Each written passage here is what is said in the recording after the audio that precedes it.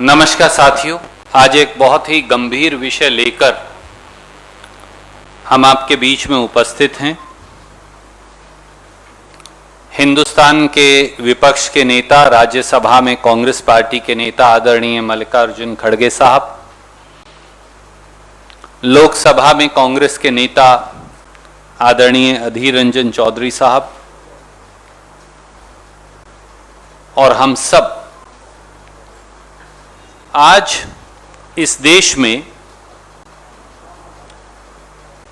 संविधान और कानून दोनों की हत्या मोदी सरकार द्वारा कैसे की जा रही है, प्रजातंत्र को पांव तले कैसे रौंदा जा रहा है, देश के नागरिकों के मौलिक अधिकारों को कैसे दबाया जा रहा है, उसकी व्याख्या लेकर आपके बीच में आए हैं।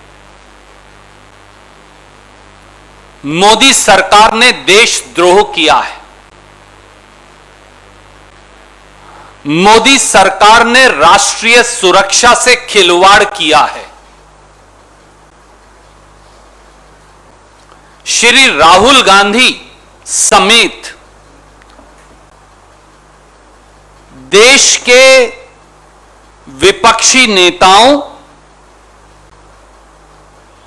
देश के सम्मानित अलग अलग मीडिया संगठनों के पत्रकारों और संवैधानिक पदों पर बैठे लोगों की जासूसी करवाई है।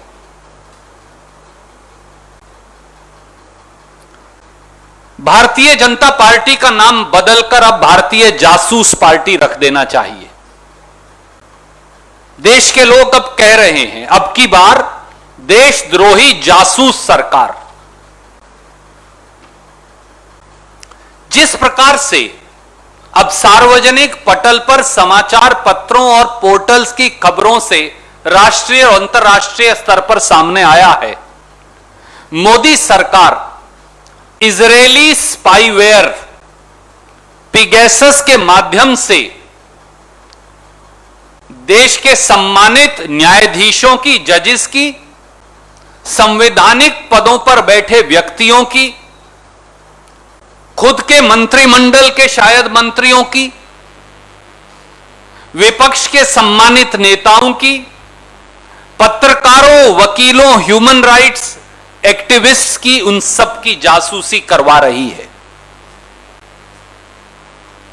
ऐसा लगता है कि मोदी सरकार ने स्वयं देश के संविधान पर हमला बोल रखा हो, कानून के शासन पर हमला बोल रखा हो, मौलिक अधिकारों पर हमला बोल रखा हो और संविधान की शपथ जो ली थी सरकार ने, उस शपथ को भी दबाकर उस पर भी हमला बोल रखा हो।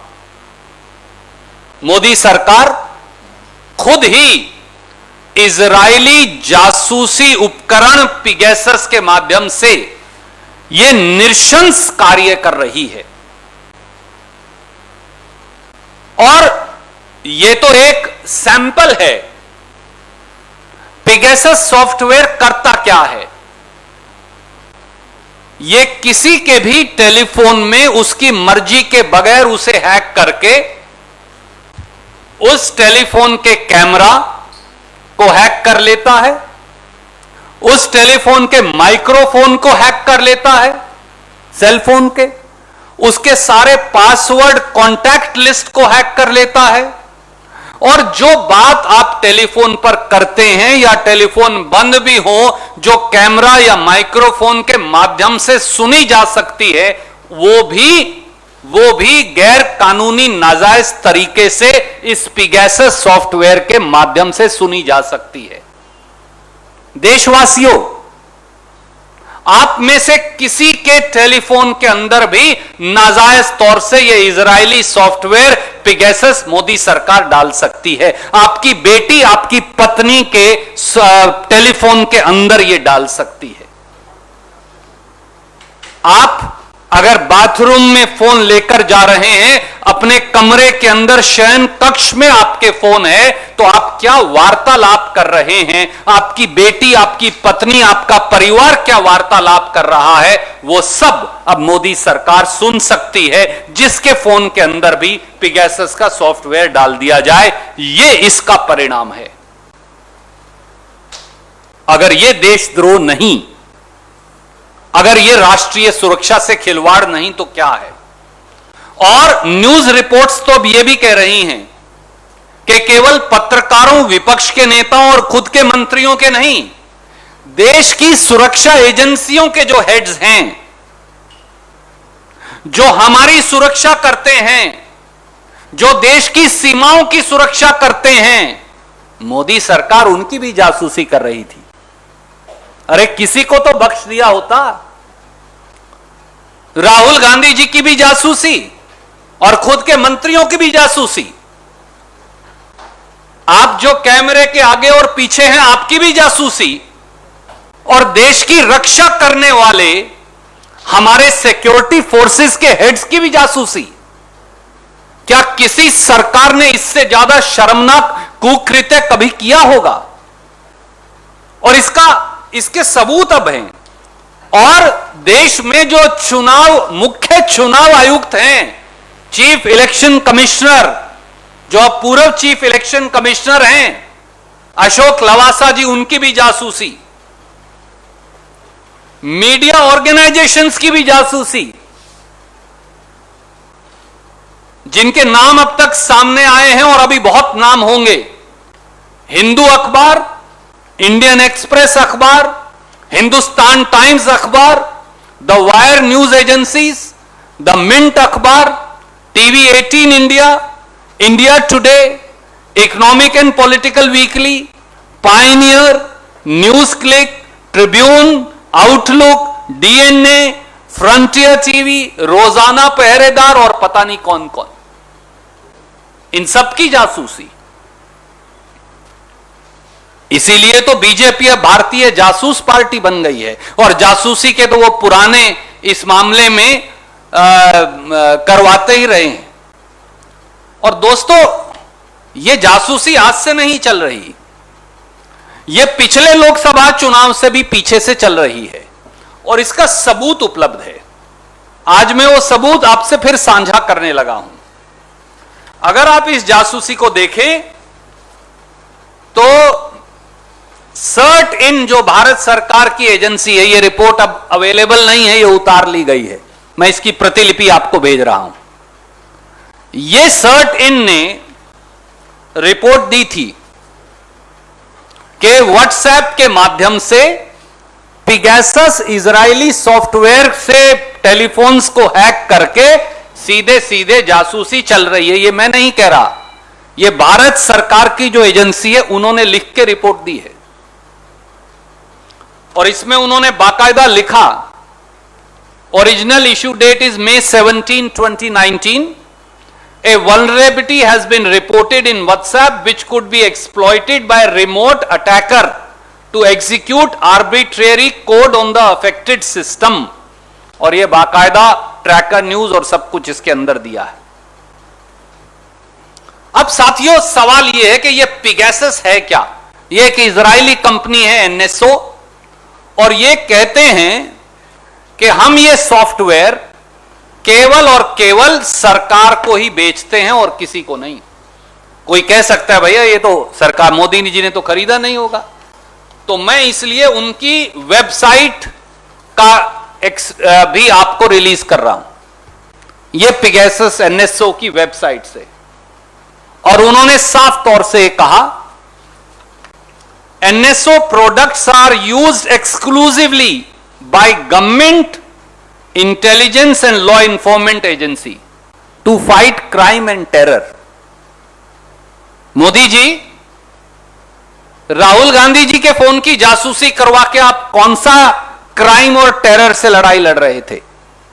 Hindu, Indian express, TV 18, India today, frontier TV, wire, news click, इनकी जासूसी करवाकर आप कौन से टेररिस्ट से लड़ रहे थे? आप हिंदुस्तान के चीफ इलेक्शन कमिश्नर की जासूसी करवाकर कौन से उग्रवादी से लड़ रहे थे? आप एसोसिएशन फॉर डेमोक्रेटिक रिफॉर्म्स के जगदीप छोकर साहब की जासूसी करवाकर कौन से उग्रवादी से लड़ रहे थे? और अब सामने आएगा, अब अपने खुद के कैबिनेट मंत्रियों की जासूसी करवाकर कौन से उग्रवादियों से लड़ रहे थे? और संवैधानिक पदों पर बैठे लोगों और शायद जजेस की जासूसी करवाकर क्या ये उग्रवादी और आतंकी हैं? और राहुल गांधी जी के स्टाफ की जासूसी करवाकर अब 5 लोगों के, उनके स्टाफ के भी नाम सामने आए, तो आप कौन से उग्रवादी से लड़ रहे थे? क्योंकि ये पिगेसस का सॉफ्टवेयर तो केवल आपको बेचा गया, सरकार को बेचा गया और आपने खरीदा। और तीसरा हिस्सा, साथियों, monk school of university of Toronto ने, जिनके पास सिटीजन लैब है, बाकायदा इस पिगेसस सॉफ्टवेयर और हिंदुस्तान पे अटैक की जांच करवाई और उन्होंने जून 2017 में यह पाया, ये मैं उनकी रिपोर्ट की कॉपी आपको रिलीज भी कर रहा हूं, लगा भी रहा हूं, कि हिंदुस्तान के राजनीतिक व्यक्तियों, हो सकता है उनमें खड़गे साहब का फोन भी हो, अधीर रंजन चौधरी साहब का भी हो, ममता जी का भी हो, लालू जी का भी हो, अखिलेश जी का भी हो, दूसरे लोगों का भी हो, उन सबको अटैक किया गया था 2017 में पिगेसस सॉफ्टवेयर के माध्यम से। यह वो रिपोर्ट की कॉपी है जो मैं आपको रिलीज कर रहा हूं। और इतना ही नहीं साथियों, इस पिगेसस सॉफ्टवेयर से इंटरनेट और ब्रॉडबैंड को भी इन्फेक्ट कर दिया गया। यानी इस देश के लोग अपने टेलीफोन पर, यूट्यूब पर क्या देखते हैं, आपकी बेटी, आपकी पत्नी, आप स्वयं, आपका बेटा ब्रॉडबैंड पर, यूट्यूब पर, टेलीफोन पर क्या देखते हैं, क्या सर्च करते हैं, उस पर भी मोदी सरकार नजर रख रही है। और जो ये मैं नहीं कह रहा, ये भी सिटीजन लैब रिपोर्ट में आया और उन्होंने कहा कि जो कंपनियां इन्फेक्ट की उन्होंने इंटरनेट की, वो है भारती एयरटेल लिमिटेड, महानगर टेलीफोन निगम लिमिटेड, खुद की सरकारी कंपनी को भी नहीं बख्शा, नेशनल इंटरनेट बैकबोन, सब कुछ उसी पे चलता है, एनआईसी, कोर्ट की प्रोसीडिंग से लेके सरकार की सब कार्रवाई, हर डिपार्टमेंट की कार्रवाई तो एनआईसी पर चलेंगी। Hathway cable internet, Star broadband services, Atria Convergence Technologies Private Limited, ये कागज भी मैं आपको रिलीज कर रहा हूं, ये सब भी इन्फेक्ट हो गया। और आज भी मोदी सरकार झूठ बोल रही है। आज भी आईटी मंत्री ने कह दिया हमारा तो कोई लेना देना ही नहीं, एनएसओ और पिगेसस को हम तो जानते ही नहीं, उन्होंने तो बयान ही दे दिया। शायद मंत्री जी, अगर आप कांग्रेस के कॉलिंग अटेंशन में पुराने आईटी मिनिस्टर का 28 नवंबर 2019 का जवाब पढ़ लेते तो इतना झूठ संसद को ना बोलते। यह मैं इस देश के फॉर्मर आईटी मिनिस्टर रविशंकर प्रसाद का संसद का जवाब दिखा रहा हूं आपको, जो कांग्रेस के कॉलिंग अटेंशन मोशन पर राज्यसभा में उन्होंने दिया। और वहां उन्होंने 3 बातें मानी। पहली बात कि 121 आदमियों के नाम उनके पास आए हैं हिंदुस्तान के, जिनके टेलीफोन को पिगेसस इजरायली जासूसी यंत्र से हैक किया गया है। यह मैं नहीं कह रहा, मैं आपको दिखा देता हूं। यह मंत्री जी ने मान लिया और संसद के पटल के ऊपर मान लिया कि 121 नाम तो उनके पास है। तो जब मिनिस्टर ये कह रहे हैं कि मेरे पास 121 नाम हैं, तो फिर आज आईटी मिनिस्टर ये क्या कह रहे हैं? दूसरा, उन्होंने ये माना कि एनएसओ को नोटिस दिया गया नवंबर 2019 में, यह भी उन्होंने मान लिया। यह है अभी तक व्हाट्सएप ने हमें 121 नाम, ये देखिए, तो ये तो खुद ही मानते थे। नवंबर 2019 में भारत सरकार ने संसद के पटल पर माना और उसके बाद यह भी कहा कि हमने एनएसओ को नोटिस दिया है। मैं आपको वो लाइन पढ़कर बता देता हूं। श्री रविशंकर प्रसाद, हमने तो आपको पहले ही कहा था कि एनएसओ को भी नोटिस दिया है। तो भैया उस नोटिस का क्या हुआ वैष्णव साहब? या आपको सरकार बता नहीं रही? नए नए आईटी मिनिस्टर बने हो, आप कह रहे हो हमारा पिगेसस के बारे में जानकारी नहीं, आपके मंत्री कह रहे हैं 121 नाम है, हमने तो एनएसओ को नोटिस दिया है। अब कौन सा मंत्री झूठ बोल रहा है? पुराने वाला झूठ बोल रहा है या नया वाला झूठ बोल रहा है? इसलिए हमारे सीधे सीधे 6 सवाल हैं और आदरणीय खड़गे साहब और उसके बाद अधीर रंजन जी अपनी बात कहेंगे। पहला,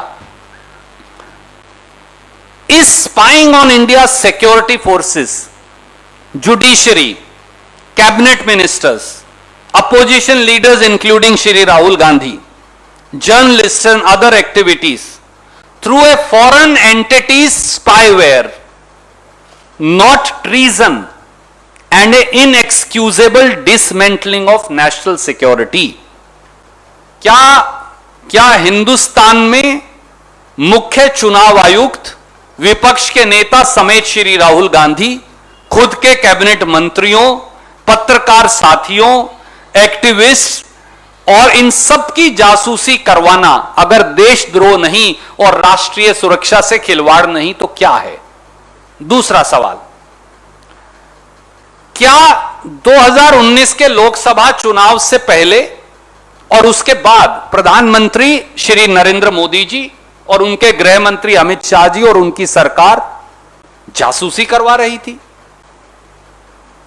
और तीसरा, भारत सरकार ने यह इजरायली जासूसी सॉफ्टवेयर पिगेसस कब खरीदा? क्या इसके लिए होम मिनिस्टर अमित शाह जी ने अनुमति दी या प्रधानमंत्री जी ने अनुमति दी?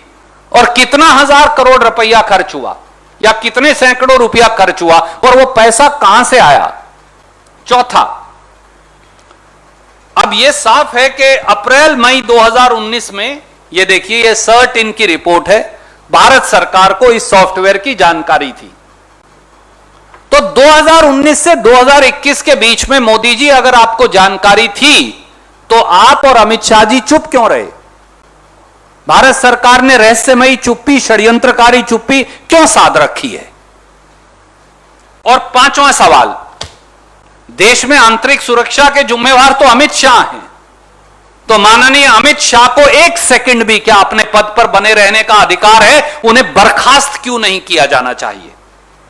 क्योंकि यह सब तो उनकी देखरेख में हो रहा है। जासूसी कांड जो है इस देश का, वो तो अमित शाह जी की देखरेख में हो रहा है। और आखिरी, क्या प्रधानमंत्री की भूमिका की जांच नहीं होनी चाहिए? नेशनल दस्तक की आपसे गुजारिश है कि अगर इसको बचाना चाहते हैं तो नेशनल दस्तक को सब्सक्राइब करने के लिए रेड कलर के सब्सक्राइब बटन को दबाएं, फिर बेल आइकन की घंटी दबाएं। नेशनल दस्तक को बचाने के लिए बहुत जरूरी है कि हर खबर को शेयर करें, लाइक करें, कमेंट जरूर करें।